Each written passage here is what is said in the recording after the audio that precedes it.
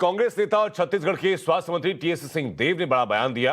TS Singhdeo ने कपिल सिब्बल को party से बाहर जाने की मांग की। टीएस सिंहदेव का कहना है कि कांग्रेस के हक में बड़े फैसले जरूरी हैं।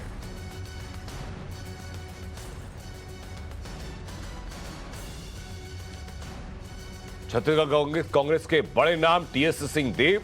मुख्यमंत्री की लड़ाई में टीएस सिंहदेव और भूपेश बघेल को आमने सामने आपने देखा था जब किसी कॉन्ट्रैक्ट की बात हो रही थी, लेकिन अब चूंकि मामला सीधा आला कमान से जुड़ा हुआ है तो टीएस सिंहदेव ने कहा कि इस मामले में कांग्रेस के हक में बड़े फैसले में लेने होंगे और कपिल सिब्बल को पार्टी से बाहर का रास्ता दिखाना होगा।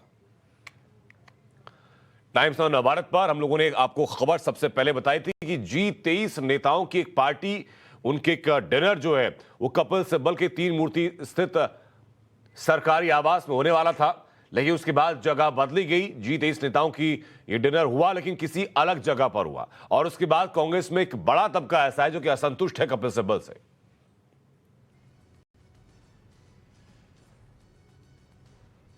पांच राज्यों के विधानसभा चुनाव में मिली करारी हार के बाद कांग्रेस में इंटरनली जो लड़ाई है वो खत्म होती नहीं दिख रही है।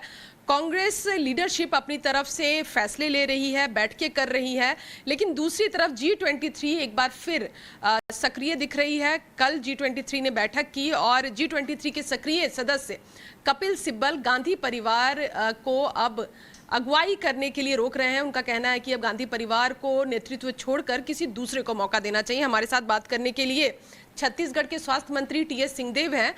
क्या आपत्ति है कपिल सिब्बल जी के इस बयान से?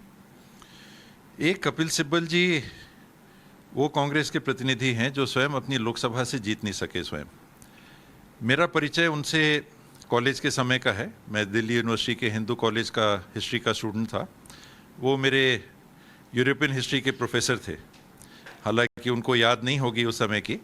आईएफएस की परीक्षा उत्तीर्ण करने के बाद उन्होंने कॉलेज के प्रोफेसर के रूप में काम करना पसंद किया और बाद में वो पॉलिटिक्स में।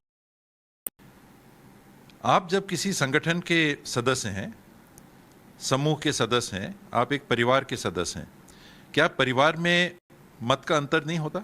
भाई बहनों में, माता पिता में हम क्या कहते हैं कि ये घर के कपड़ों को बाहर नहीं धोना चाहिए, we should not wash laundry in public. ये एक सामान्य सी बात है जो समाज की प्रारंभिक जो इकाई होती है, समूह की इकाई होती है एक परिवार, वहाँ से चालू होता है।